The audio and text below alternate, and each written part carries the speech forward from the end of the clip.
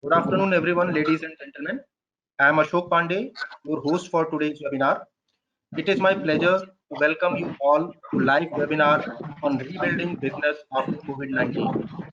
I will invite Mr. Subhendu Parth, consulting editor of Voice and Data, to take the session forward. Mr. Parth has over 28 years of media experience across print and digital media, and he strongly believes in technology's power as a leveler and for the good of the society. He also has worked with intergovernmental agency, the Asian Productivity Organization, and is the fellow of Institute of Competitiveness. Over to you, Mr. Parth. Thank you, Mr. Pandey. Good afternoon, everyone. It's my honor to welcome our esteemed speaker and the participants at the webinar hosted by Voice and Data. Voice and Data is India's oldest telecom magazine from the Cyber Media Group, which is the largest specialty media house in South Asia and is among the country's top 5 magazine brands. Before we begin the session, I would like to point out on some housekeeping essentials. For the duration of the presentation, the participants' line will be on a listen-only mode. After the presentation, we'll be having the question and answer session, and you may send your questions through the chat window, and we will take it up during the slotted time. Friends, your feedback is also very important to us, so please don't forget to submit your feedback at the end of the webinar. It will also be appropriate for me to introduce our speakers, the esteemed speakers of the day. Mr. Manoj Chugh, he is the President, Group Public Affairs and member of Group Executive Board with Mahindra & Mahindra. Hello, Mr. Chugh. Mr. Chugh has over 40 years of industry experience, ranging from Wipro Infotech to Satellite Network Division of Scientific Atlantic. He has also served as the President of India and SAARC with Cisco System India, and was the Regional President Global Account for Asia Pacific and Japan with EMC. He also served as the President of Enterprise Business with Tech Mahindra. Mr. Rajan Matthews. Hello, Mr. Matthews. Mr. Matthews needs no introduction. Welcome, sir. Mr. Matthews needs no introduction actually in the industry. He leads the Cellular Operator Association of India, COAI, as its Director General. COAI, as we all know, is the most influential telecommunication industry association in the country. He has a vast industry experience in India and abroad, and is also credited with establishing Afghan Wireless Communication Company, which is Afghanistan's largest and most profitable telecommunication company. And now we have Mr. Pradeep Gupta. Good afternoon, Mr. Gupta. Mr. Gupta is the chairman of Cyber Media Group. He's a first generation entrepreneur who set up Cyber Media way back in 1982. And that was the time nobody had actually even imagined of a IT publication when he launched DataQuest. He's an industry veteran with over 40 years experience. PG, as he's called, is highly reputed in IT industry, and he has mentored over 150 startups. He's the co-founder of Indian Angel Network and the chair of Alumni Trust, the sponsor of Ivy Cap Venture Trust Fund. He's also on the board of IIM Calcutta Innovation Park. He's a recipient of the Distinguished Alumni Award of IIT Delhi and the Helen Keller Award for working in the disability sector. I welcome you all, sir, today for today's webinar. I'd like to touch upon briefly on the context. Ladies and gentlemen, we have all witnessed to a global unprecedented situation. Disease, as we all know, has forced us to stay shut indoors and maintain social distancing. Never before in the history of independent India, the Indian Railways had stopped passenger trains, which it was forced to do to contain spread of this deadly disease. Factories and businesses are shut, and we are staring at a big economic crisis. In fact, to quote IMF, IMF says that the global impact of COVID-19 could be the worst ever since the Great Depression of the 1930s. Certainly, there is a lot of gloom, and we all are waiting for the lockdown to be over so that businesses can be back on their feet and we can start to recover what we have lost. Actually, that is where the positivity stems from. People and head of organizations have been taking innovative steps for business continuity. They have been thinking of means and measures to deal with the new normal, including the work from home. They also want to know what next.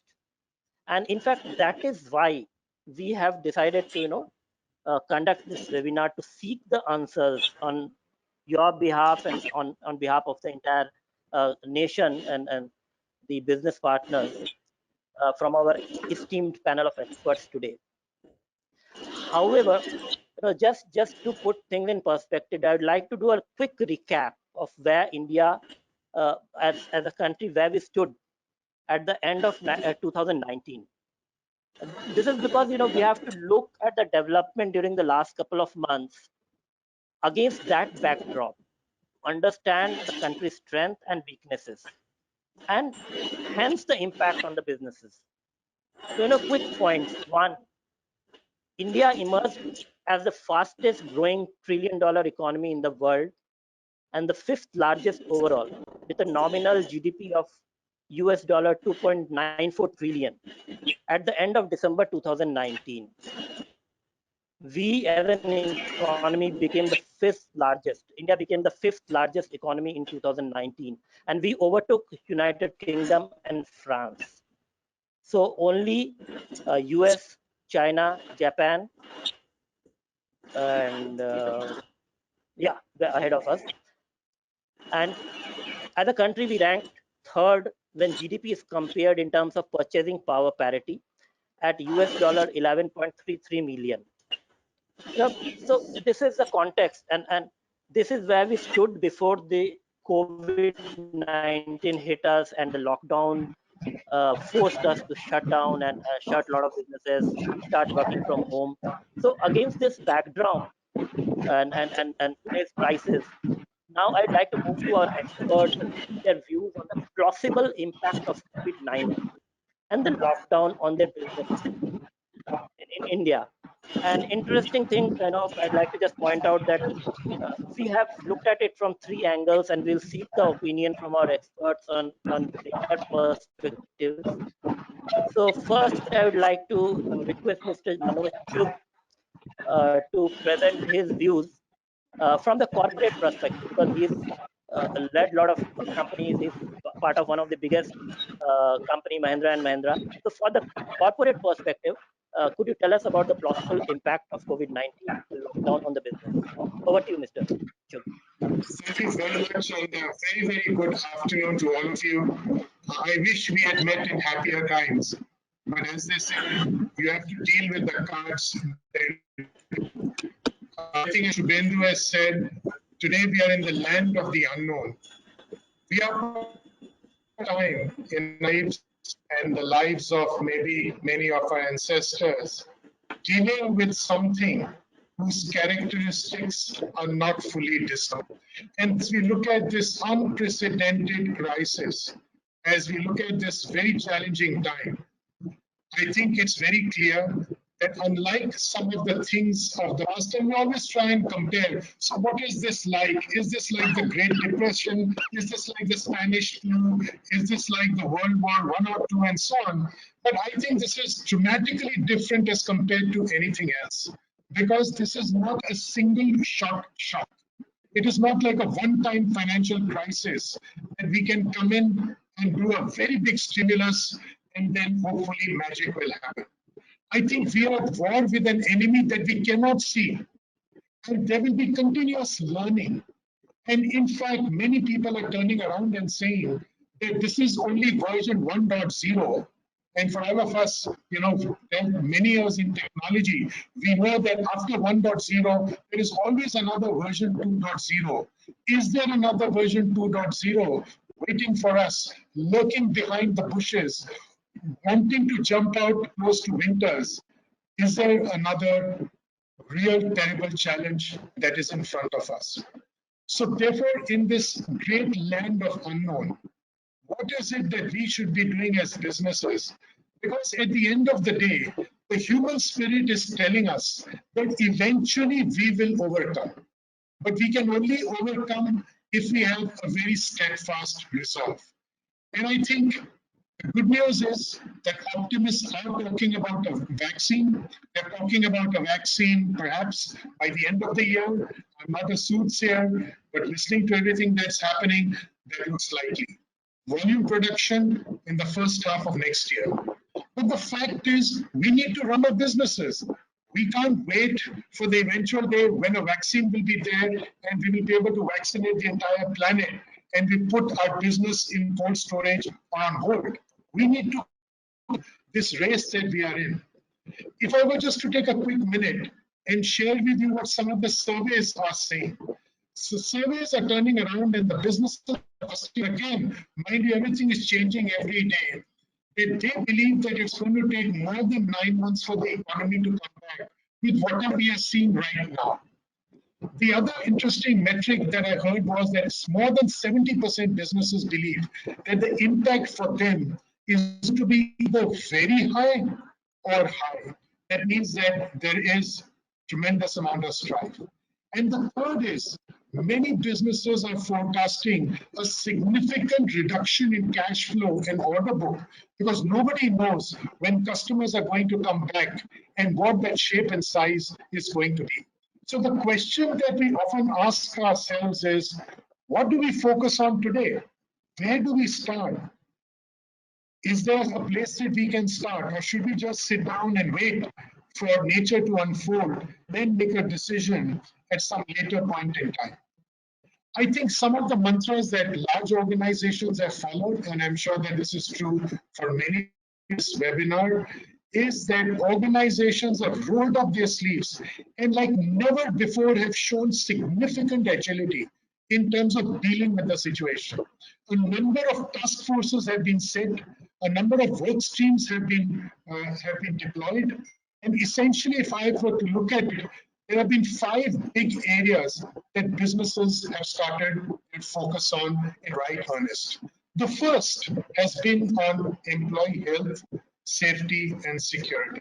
I think this is one area where tremendous amount of effort, time, energy has been spent by organizations looking after the welfare of their own employees, recognizing the fact that many employees, and I'm very, very pleased that we've seen success thus far in this endeavor.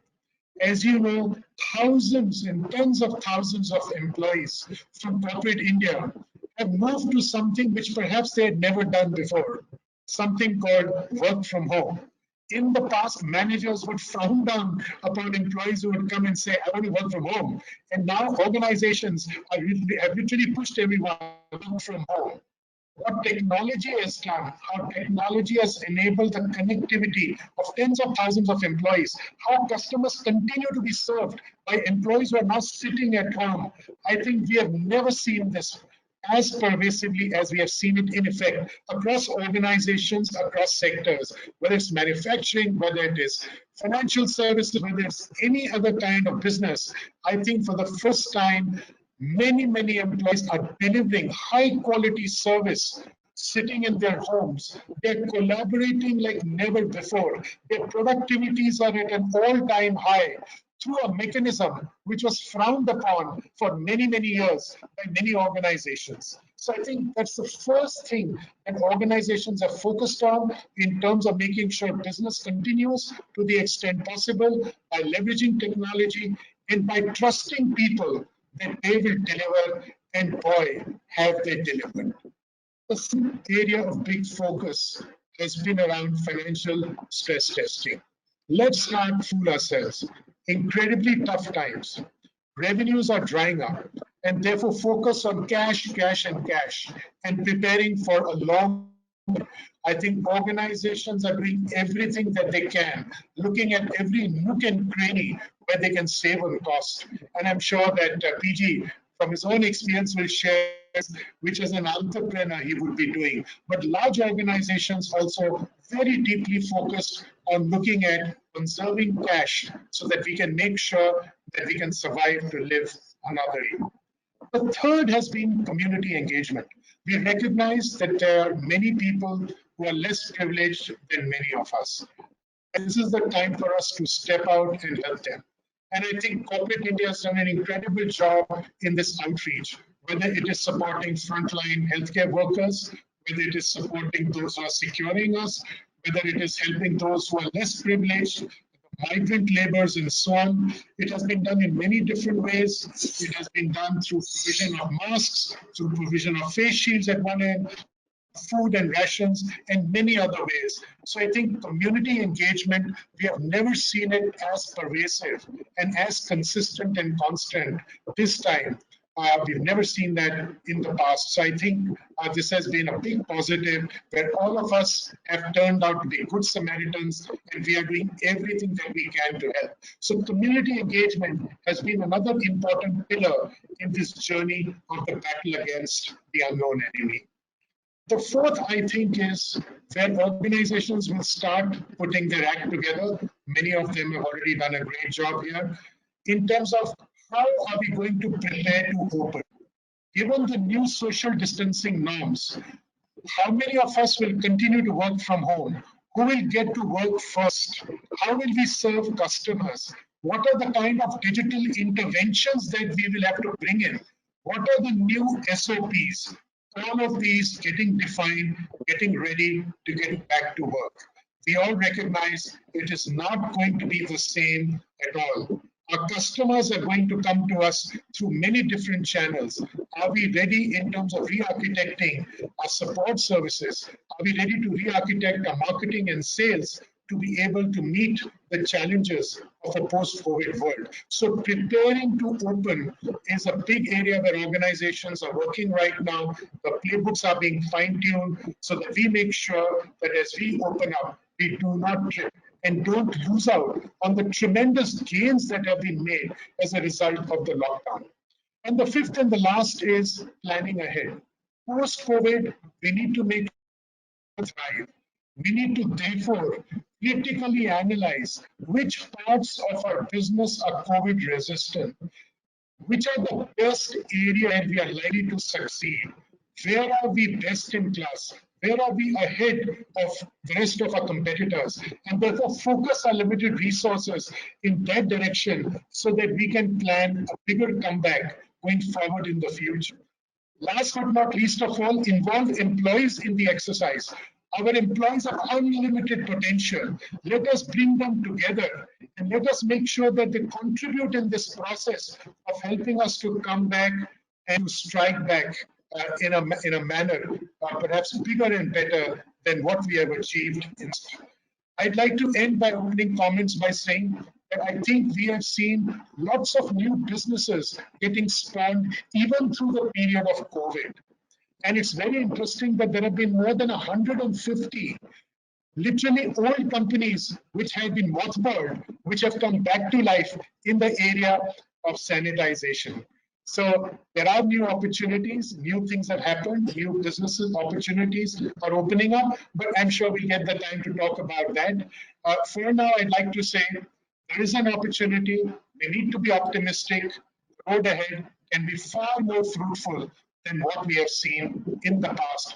Trust your employees, they will deliver, and they will deliver better than ever before. Back to you, Shubhendra. Thank you, Mr. Chugh. Thank you for highlighting the positives amidst the the gloom that we are all trying to deal with. And as you rightly said, there's every challenge has its opportunity, and the new opportunities, including the 150 companies, and it's not just the opportunity as for the sanitizing companies, but it's also an opportunity for us to change our habits maybe, and to deal with the unknown. So and cash flow definitely is something a big worry for a lot of companies I've been speaking to, and we'll come to that. But before that, I'll request Mr. Rajan S. Matthews to present his perspective on the impact of COVID-19 and lockdown on businesses from the industry perspective, from the industry that you represent, the biggest in India. Thank Over to you, you, sir. Shubhendu. Thank you, Shubhendu. You can hear me, yes? Yeah, perfectly. All right, thank you. And Manoj and you have been very eloquent in terms of highlighting the impact of what has happened to industry and to our economy. Let me just say that we were the leading edge even before COVID. And what do I mean by this? We were in an industry that was in severe financial distress. We went from a number of operators, 11, to 3 private operators and 1 PSU. All right, we have been going through cash crunch and liquidity issues much before COVID was. And you know what? When COVID hit us, we were the one industry left standing and delivered to the people of India. All right. So what we have come to realize is that this asset that we have, the health of this is the health of the nation. And so COVID has shown us that unless we have a vibrant, affordable, sustainable, and robust network, everything else is going to come crashing down, as we would have probably seen. So the first point that I would like to make is that our networks have shown that because of the investments that have been made and because of the efforts of the operators, that network has remained stable at 99.99% and has delivered quality of service pretty much as needed by the consumer. We've had some spot challenges here and there. So that has happened in spite of a very dramatic shift in terms of the pattern of our traffic. And that has happened very quickly. It only took a couple of days. So you can imagine the resiliency that was required of our networks to be able to respond to real-time changes in traffic patterns in the millions. All right. Mr. Chugh was talking about changes to the industry. We do this real time and at split-second realization. Now, what do I mean by this? In a day's time, in a couple of days, the traffic on our networks spiked tremendously. All right, it has now stabilized at about 12 to 15% above normal. All right, so we were already one of the largest consumers of data, 6,900 petabytes of information that would flow through our networks. What does that translate to? That translates to about 11 gigabits consumed per person per month. And when you look at the voice consumption, right, we consume 880 minutes per person per month. When you go beyond 500, our planning books have to get thrown out. So already we were leading the world in terms of what was riding on our networks. And on top of this, please put the additional load factor of what it meant to go into complete lockdown with a complete redistribution of our traffic, where all of a sudden now you're working from home, you move from the commercial areas to residential areas. There's a mass migration of people out of our urban areas to semi-rural and urban, semi-urban areas. So all of this happening and our networks being able to change dramatically. How did that happen? Because several weeks before, our operators already went into what we call business interruption process planning. And this meant that we got together with our OEMs, with our vendors, and with all of the folks who play alongside of us, and we made sure that there was resilience, that there was planning, there was redundancy, and that issues like diesel and power and working with the local folks all were put in place so that we planned. So Mr. Chugh talked about planning. We planned ahead of time because we saw this coming at us, because many of our companies are globally, especially our OEMs, are globally intertwined. So because of that, the resilience of our networks was assured. The second factor that was really very apparent was the close working relationship between government and industry. I tell you, we could not have been as efficient and as proactive and as resilient if the old ways of doing business between government and us had continued. All right. The DoT set up a war room. We set up war rooms. OEM set up war rooms. Our folks who supported our networks set up war rooms. Everybody talking to one another.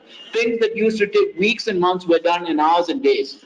All right. So we had the term cells in the localities, what we call our states, our LSAs, licensed service areas. On ground, working with the local police, initially, we had some challenges in terms of the movement of material, diesel, and people. We set up through the DoT our war rooms in the localities, which is the term cells, and we would send our information. So and so hasn't got a pass. So and so needs a pass. So and so needs to move here, and they very quickly were able to work with the local police. The local police, it's government is government. They only believe other government entities. So we had these government entities speak and talk. The other area was with regard to the regulator. The regulator, TRAI, worked with us because there's any number of reports that would be due to the regulator. Now, all of our people are working from home. 80% of our folks are there. We went to them and said, can you please defer these types of reports that are normally done? They gave us the permissions to move that backward. They said, focus on the critical things that are important. So the DoT, TRAI, MHA. We had to work very closely with the MHA because obviously they are the ones that are involved in the logistics of the whole matter. So the working together between private industry, which is our operators, and the government really peaked, and we are glad to say that that was one of the success factors that allowed our networks to operate at this level. The third factor that Mr. Singh also, Mr. Chuk also talked about was the resilience of our employees. I tell you, the type of efforts some of our employees had to go through in rural areas, getting diesel, making sure that when there was a faulty cell tower that needed to be fixed, when there was a fiber cut, and on and on. So let me give you another statistics in terms of how this working relationship improved the ability of our networks to carry the traffic. Before COVID, we had approximately 900 base stations, BTSs as we call them, 900 out of commission all over India. Why? Because of various altercations with the local municipalities in terms of amounts due, permissions, and all of that. With the help of the DoT and with the help of the local municipalities, by the time COVID started, right, we were down to 70. From 8 to 900 non-functioning BTSs, we came down to 70.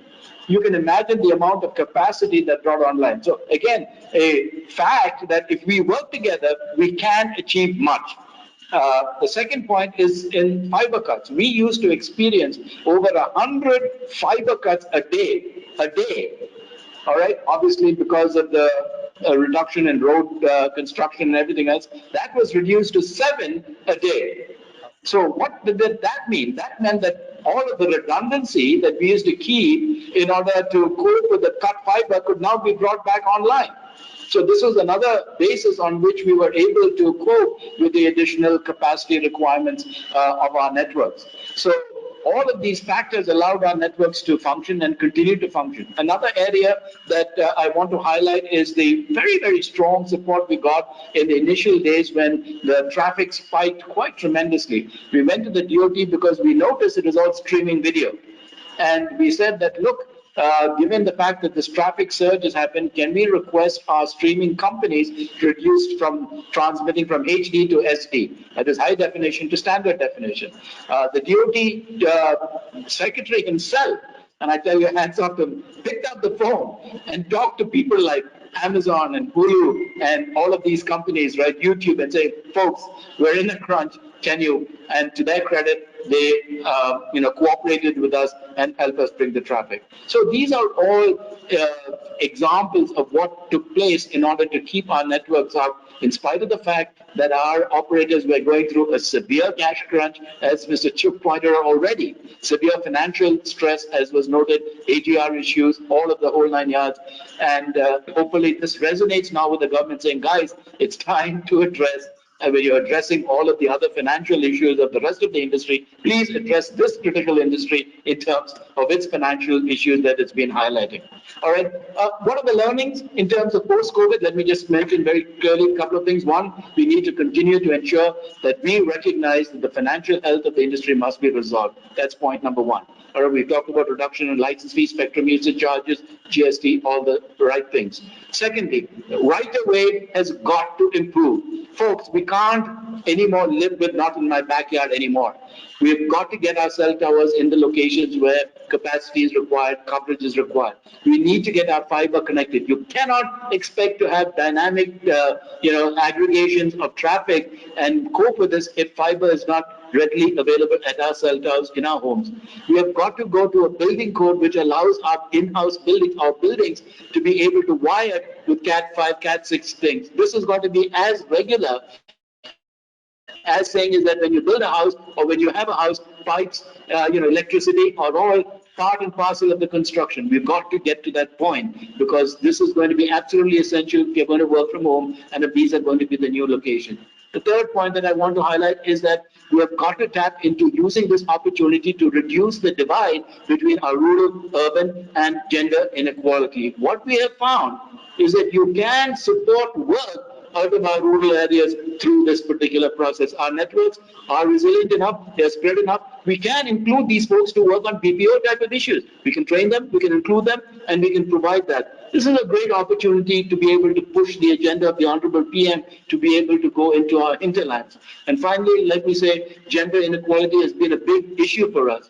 All right, we can use this opportunity to be able to continue to incentivize. We found that women were the ones who are quite responsible in terms of learning and getting online when necessary and conducting business. We need to push that agenda and use the learnings through this process to include that. GSMA did a major study. They said you can add 50 billion US dollars to our GDP by just bringing in place those untapped women who are out of our economy. So all of that to say that this is the way forward. I think as Mr. Chug has pointed out and yourself has pointed out, we're in, I hate to use this word again and again, it's a new normal, but let me just say that it is all going to ride on our networks and the innovativeness of our networks, the investments we made, and the robustness of how we treat this going forward. Thank you.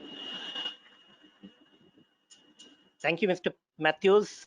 We definitely agree and salute the telecommunication companies for the efforts that they have made, without which perhaps we wouldn't be having this webinar today and we wouldn't have so many people logging in. And let me tell you, because yesterday suddenly my main Wi-Fi connection was I had a problem and I switched over to another mobile wireless, which was incidentally a 3G, and still we continued with the webinar. And so thanks a lot. Without the telecom backbone, the industry wouldn't have pulled itself so long for 30 days. Now to get a perspective from PG, from the entrepreneur perspective, and since you have been supporting so many companies, help them and been their guide, how do you look at this situation? And also particularly, you may also touch upon what Mr. Chug and Mr. Matthews said, the challenge as an opportunity that we see. Over to you, sir. Thank you very much, Shubhendu. So absolutely, I think I'll start by saying something which I heard. I don't remember during which crisis, but I heard this, and those words have stayed with me, which is that never let a crisis go to waste. Let me repeat, never let a crisis go to waste, because every crisis there are opportunities, and as entrepreneurs, we are always looking for those kind of opportunities. And let me just state a few examples to show you how that can be done. 2003 SARS virus actually resulted into the creation of Deccan Airways.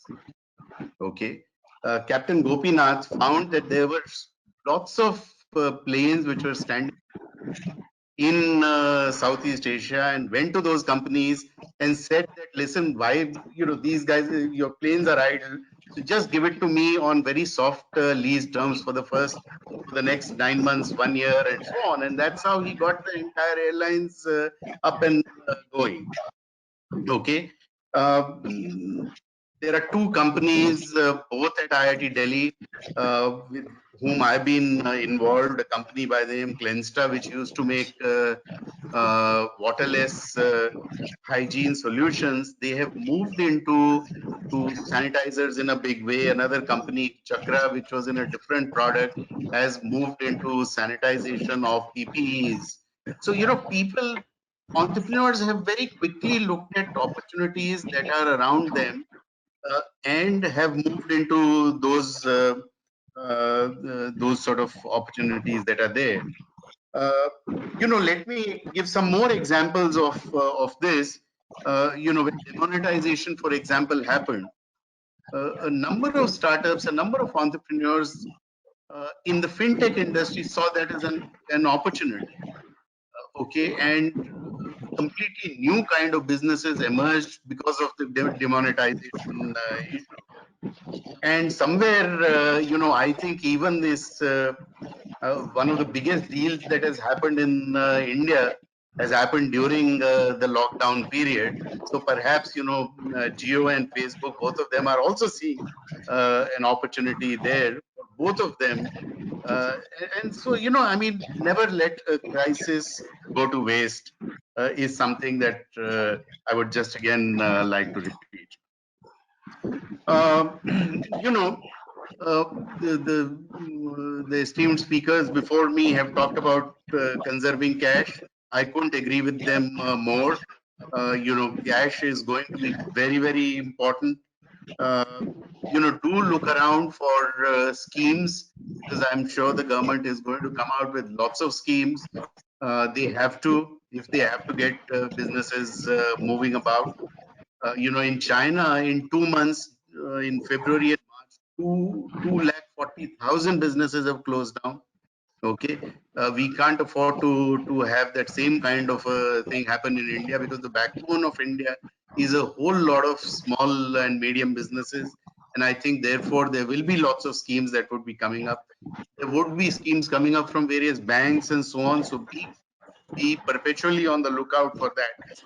And I think this is the time when, as entrepreneurs, you need to combine the head and the heart.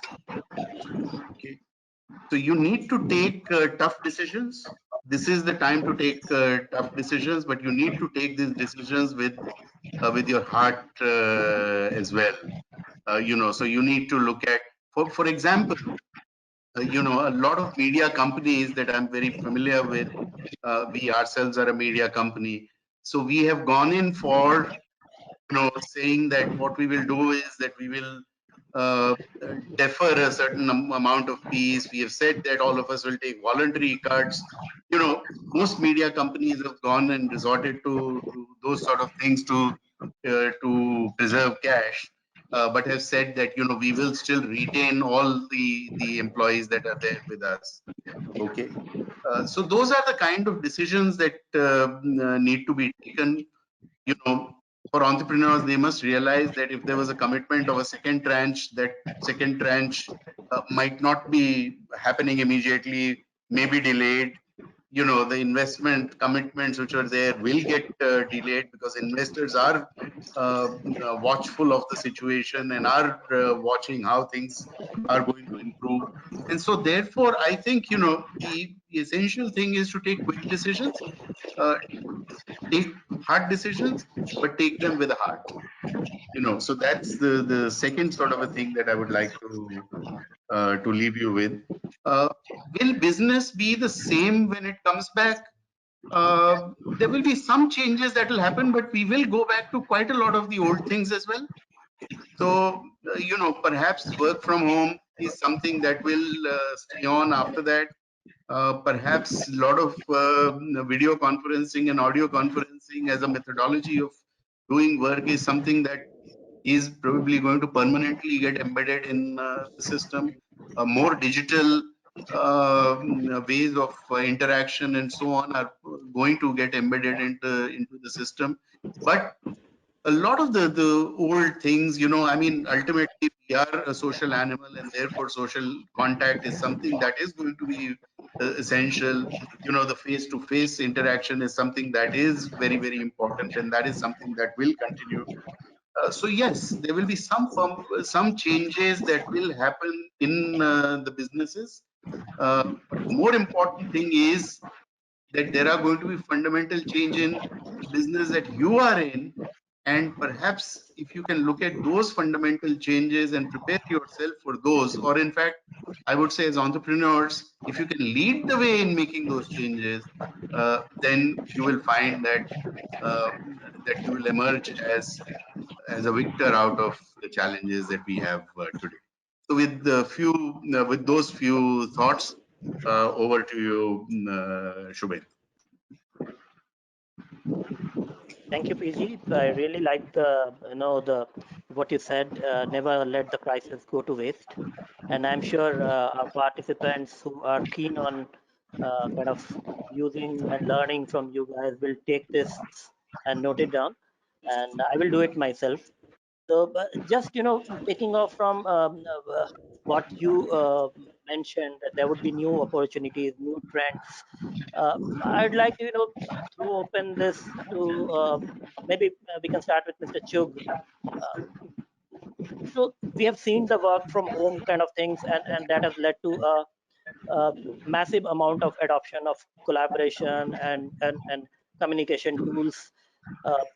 Software as a service perhaps has seen a tremendous surge. Now, what is the trend that you see in after the lockdown or after this? I mean, in the new normal era, what are the technology trends or three things that you think would be the new norm? So I think, Shubhendu, the first thing is that many organizations actually don't have very aggressive work from home policies. Maybe some of the more evolved ones allowed employees to work for 1 or 2 days in a month or something like that, and that was perfectly fine. And many managers felt that this was like, in a way, the guys are goofing off, but fine, if the policy allows it, so be it, close your eyes. I think going forward, people are going to set up much more elaborate, much more well thought through, much more trusting policies around work from home. So that's going to become a part of just being there. I think what we also have to recognize is social distancing is going to be the way of life for a period of time. And as we do that, there's no way that we can go and, through any technologies of elasticity, start increasing our office floor space. That means that if we have to keep 6 feet between two employees, half of our employees will have to work from home on any day, or whatever the ratio be from organization to organization. Therefore, we have to recognize that while we are serving our customers, we'll be serving customers through 50% workforce which is in our building and 50% workforce which is working from home. And therefore, what does this mean from a security technology perspective? That again becomes very important.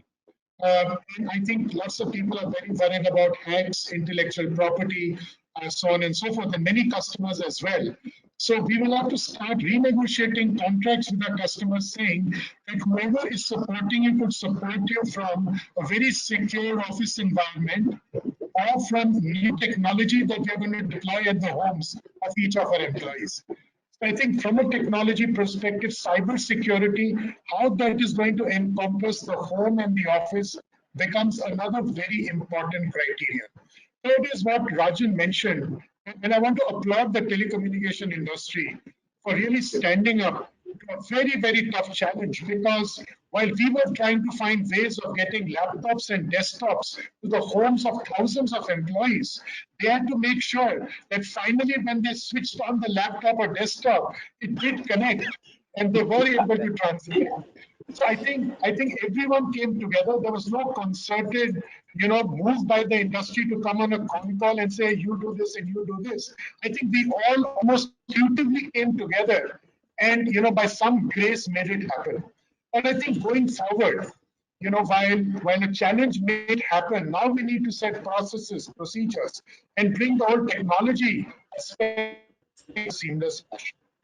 I also want to take on very quickly to what PG said. So PG said lots of new opportunities are going to come up. And I think what large organizations will do is repurpose their businesses.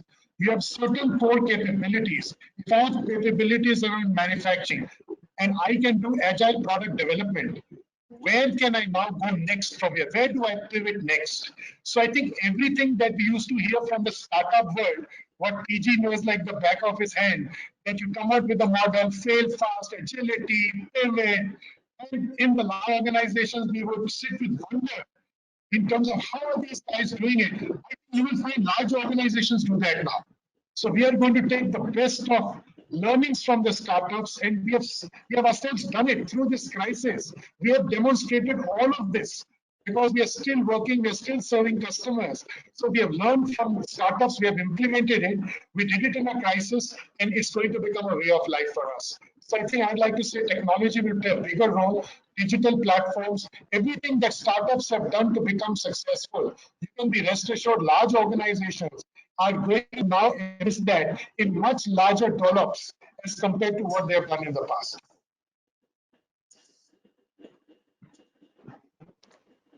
Thank you, Mr. Chugh. That was really quite interesting perspective. In fact, I was speaking to someone yesterday, and two things, that came out. Yesterday's webinar, actually. One of the speakers said that in the new normal, he'll really scared of going to the barber. So ponytail may be the new normal, because a barber shop may be a place of real infection. And this is just to make it a little lighter, but what the other gentleman spoke about is he talked about the impact on the delivery service businesses, the likes of Swiggy and the food services. And now his thought was that this will go down, because the restaurants, from cook to the guy who is packaging to the delivery guy, and that's all point of infections that people would be cautious about. And then the packaging material, the boxes that come, that passes through multiple hands. Now that is another infection point. So they were thinking about a solution where they can deliver, or they create a vending machine that can help you get biryani. So at the present, the vending machine is spring based, which cannot actually is good for the cans and all, but it's not good for a big package like a biryani or a sandwich. And so that's the kind of business opportunities that entrepreneurs are thinking about. Now just I'd like to ask Mr. Matthews, because he also has a very strong financial background. So how do we plan? Because we have heard PG talking about it, we have heard Mr. Chugh talking about saving the cash. Now, how do we do, or if I say, the 3 steps to do the financial planning to deal with the post-COVID period? So over to you, Mr. Matthews. I think, Rajan, yes. Rajan, before you start, may I just make a request to the attendees, if they can start sending their questions, please, to Mr. Shubhendu. Yeah, Rajan, go ahead. Thank you, Vijay. So I think a couple of things in terms of the financial perspective. I once worked for an entrepreneur, who started up a very large mobile company, which was the predecessor of AT&T, and I was at that time his CFO. And you know what he told me? He says, Rajan, it's not about not spending; it's about spending wisely. The normal construct of the finance person is to pay cop and police and constrict, and he says that never solves our problem. No company became successful by just cutting costs. All right. So he always said, right, as PG pointed out, what are the opportunities for revenue enhancement? Yes, we need to manage costs, but spend wisely. And that is clearly one of the areas that we need to be able to look at in this area in terms of doing our business wisely, differently, take this opportunity to look at areas where we can change our processes, we can automate, all right? And automation just does not mean taking the old ways of doing business and just making it more automated, but fundamentally re-engineer and reorient our processes in the light of what is taking place. But let me also highlight some of the opportunities, because I think these are revenue opportunities which businesses must follow through in terms of pivoting in this particular time. One, we talked about delivery. What about robotics? What about drones? I've seen drones take off to go and look at people. I said, this is a business that is waiting to take off. All right, so let's look at this opportunity.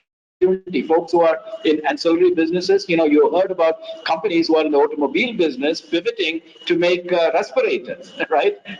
So these can be done, folks. We can change and pivot quickly. Also, what we realized in this particular point is that although we are a company with a lot of potential processing power and IT capability, we never had homegrown Zoom, for example. All right. Collaborative and conference calling, and then now, of course, it's come online. But why are we waiting? All right, these are all opportunities that are there. Others seem to be capitalizing on it, getting the money, revenue. Let me tell you, there's plenty of money for the right business and for the right investment and for the right idea to take it forward. I don't see a lack of that right now in terms of the startup. So I think this is that. And the final point I want to make, Subhendu, is this: in this new environment, right? What we have learned is that we really have to focus on skilling in terms of IT skill sets. All right, as people are working from home, right, the fact that your computer is your basic connection to the world is important. I would have any number of complaints, I was trying to log on, right, and I had some challenges, and thanks for the help, right, to be able to get it back. But this is the type of thing that we're saying, is that we have got to focus in this environment in terms of if it's online, if it's computer, if it's, electronic based and all of this, we've got to get our folks skilled and comfortable using this environment, and we've got to bring this great mass of people who don't have those skill sets into it, because if not, we're going to lose 50% of our population.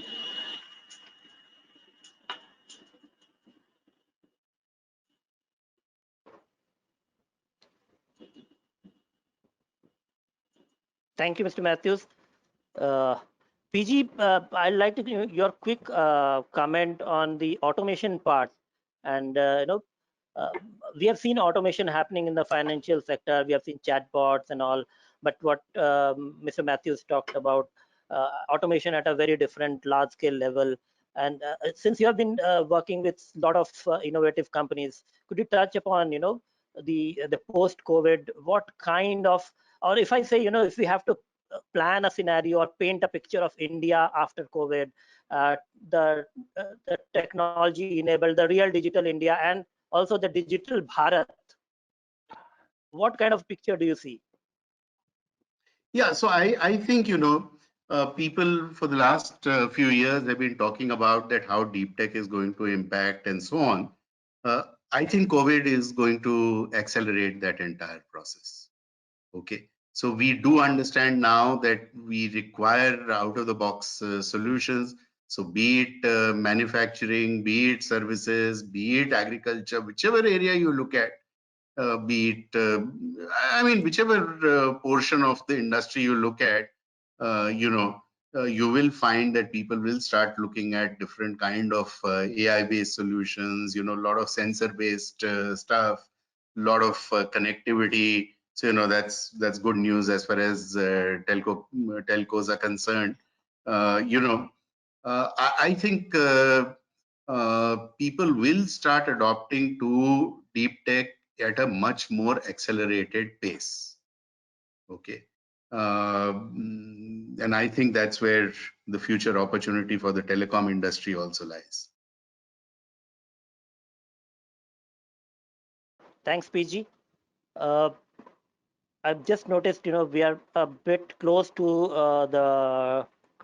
the end of the session. We're reaching.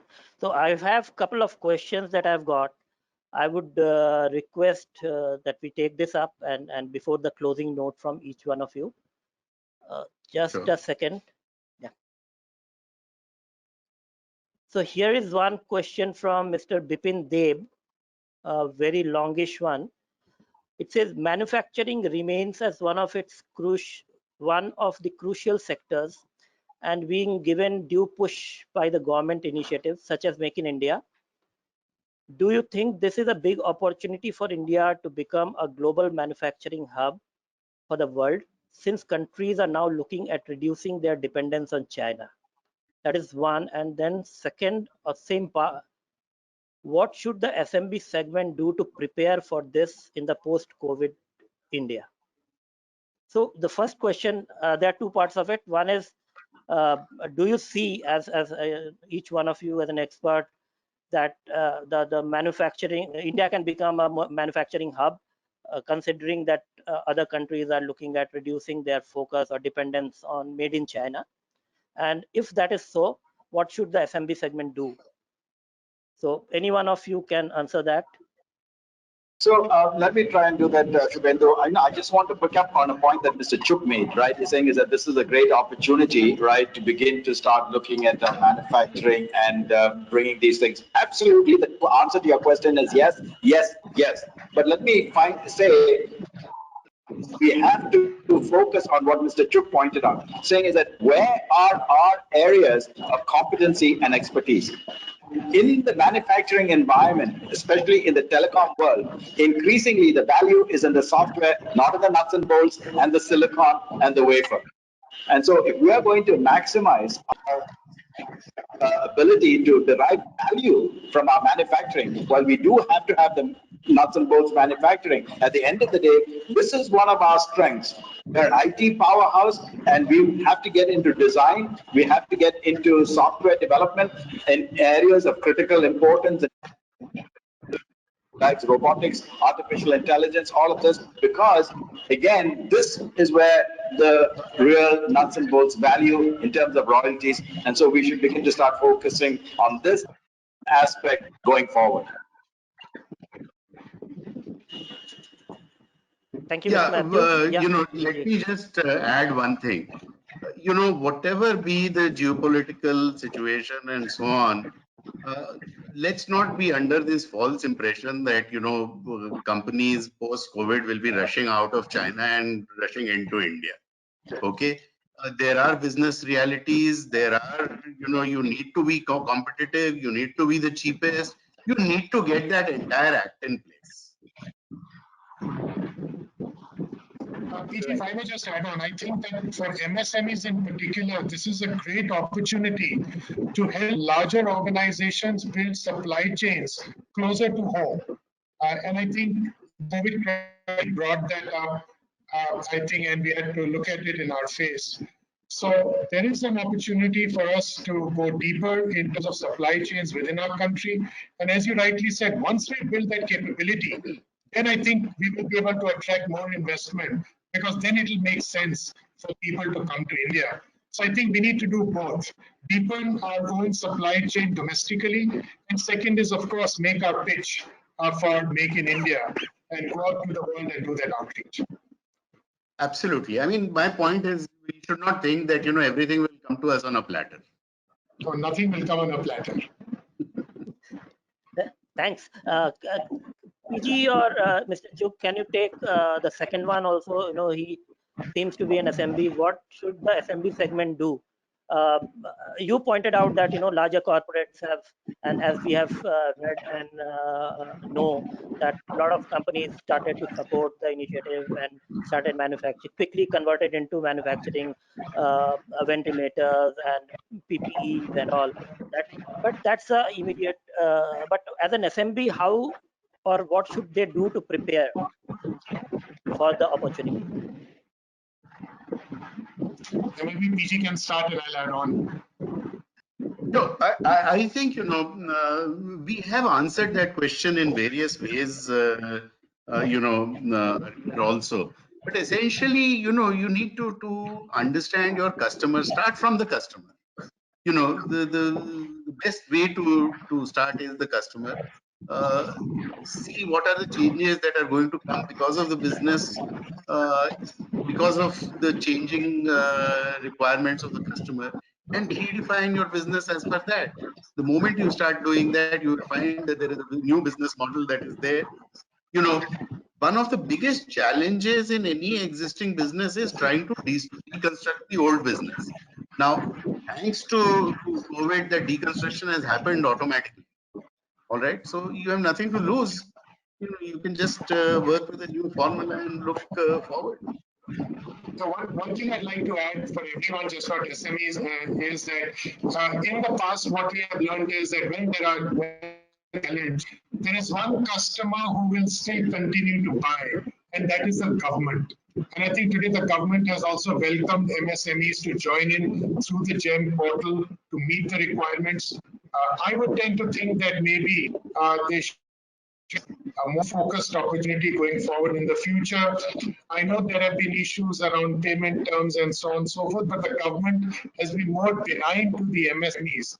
So I would say may not be a bad idea to look at what they can do for the government and for the various entities across state and center. Maybe that's one customer segment that they should look at in a more serious fashion. Thank you, Mr. Chugh. I'd just take one more question. There's another one, but I think about the midterm and the short-term priorities, which I think you all have already answered. This is from Mr. Ramit Sen from Ranchi. He says, in the new business environment, where everything is now being enabled as remote services, do you think there would be a new model of partnership and engagement with solution providers? I think part of this was answered by Mr. Chugh when he talked about the security part and that new kind of. But is there anything anybody wants to add to this? Will there be a new kind of a partnership model and engagement model with the solution providers? Yeah, so there will be new paradigms that will be. Go ahead, Kash. Yeah. Yeah, Mr. Chugh, please. So, PG, thank you. I think one of the areas that we have to rework, I'm saying is that one of the areas we absolutely have to rework and replan is relationships between government and industry. All right. I think this is one of the things that has shown itself up when government and industry works together like they have been doing in the COVID situation.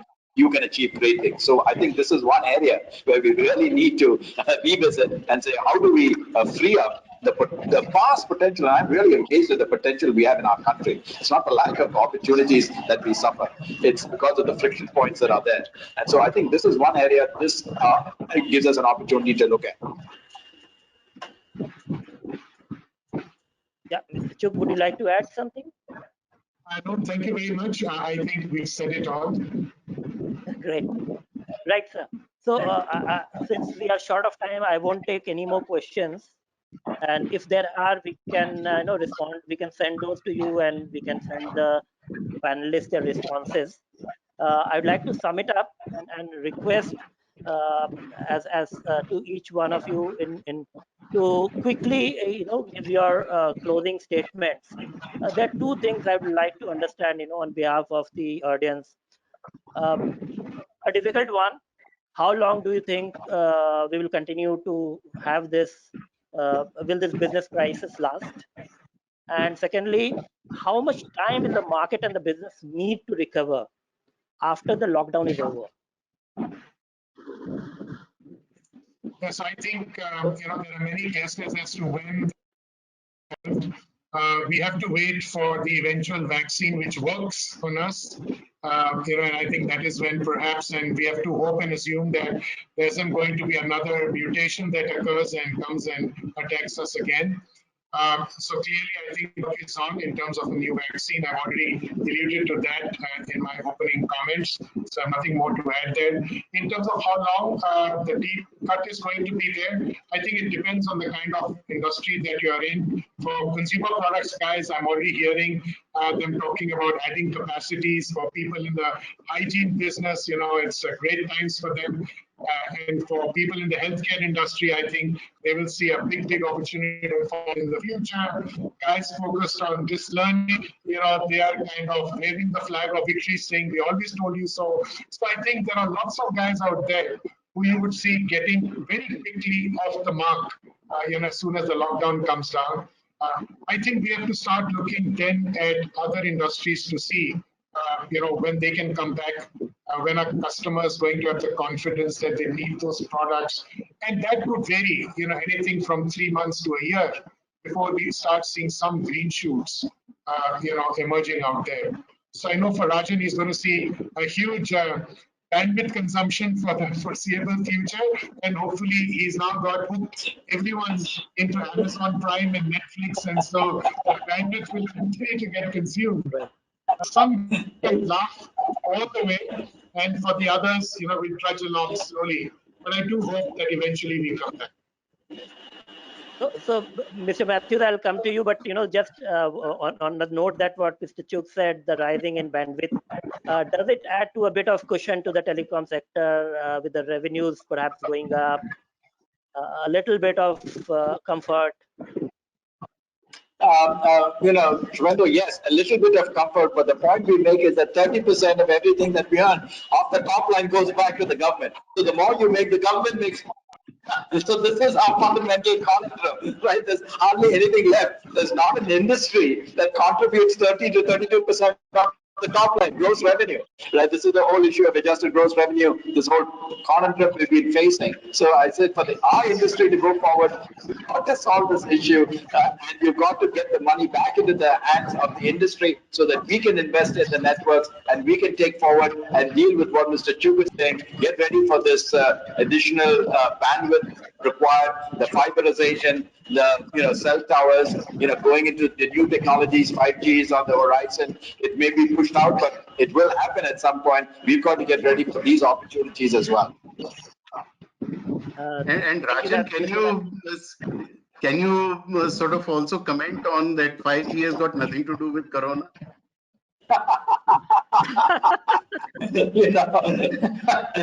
Thank you, Vicky. Government has gone out and said, guys, if you think Corona is caused by 5G, right, you're living in a different world, right, of success. Right. Okay, so so yes, a vaccine is important, but I think the speed at which new viruses have been coming has been going up. I had never heard of words like chikungunya and Nipah and Ebola and Corona and SARS and bird flu and mad cow disease and so on when I was growing up. Okay. So I think they are going to come, newer and newer viruses are going to come at a faster pace, and therefore, we will always be waiting for a vaccine to come. I think we need to start balancing the risk to business, risk to economy versus risk to health. And perhaps, it's not an easy answer, but I think somewhere we will need to find a balance. Thanks a lot, PG. Thanks, Mr. Matthews. Thanks, Mr. Chuk. Just so just to sum it up, we have a tough fight. We have a long way to go because the vaccine has to come, and that's perhaps when the situation will really start to ease. But as you guys mentioned, that there's always an opportunity, and we should not waste that the crisis, as PG said. So there's certainly a sunshine waiting to be tapped, and the opportunity that can be converted, and the businesses can renew themselves in the new economy, the new normal. So don't lose heart, I would say to all our attendees, and keep the smile, keep social distancing, and let's hope for the best. So and telecom and the bigger companies are there ready, like Mr. Manoj Chuk said, they'll the new option would be to create a supply chain within the country.